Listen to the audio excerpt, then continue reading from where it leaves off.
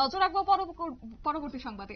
আশা কর্মীদের জনঢলে গতকাল প্লাবিত হয়েছে রাজধানী আগরতলা। মিছিল করে তারা ডেপুটেশন প্রদান করেছেন এবং একই ছবি আজ খোয়াই শহরে পরিলক্ষিত হয়েছে। ত্রিপুরা আশা কর্মী সংঘের পক্ষ থেকে আজ ডেপুটেশনে সামিল হয়েছেন তারা।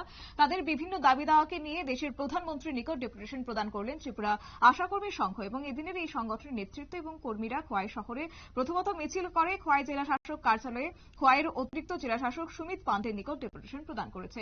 তাদের কি দাবি দেওয়া রয়েছে শুনুন।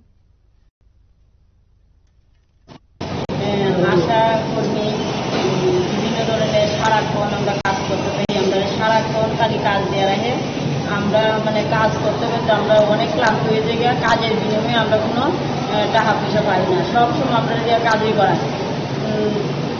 তার কারণে আমরা আজকে ডেপুটেশন দিয়ে গ্রুপের কাছে দিয়ে দিয়েছি যে আমরা যাতে পারিশ্রমিক পয়সা পাই বা আমরা বেতন 18,000 টাকা বরণের জন্য আমরা ডেপুটেশন দিয়েছি। 14 দফা দাবি নিয়ে আজকে আমরা এই ডেপুটেশনটা আজকে দিয়ে কাছে দিয়েছি, প্রধানমন্ত্রীর উদ্দেশ্যে দিয়েছি।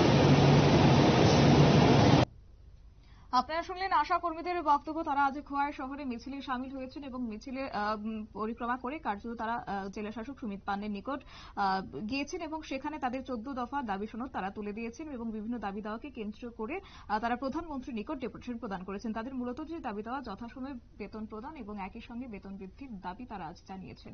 নিয়ে নিচ্ছে ছোট্ট একটি বিজ্ঞাপন, সঙ্গে থাকুন।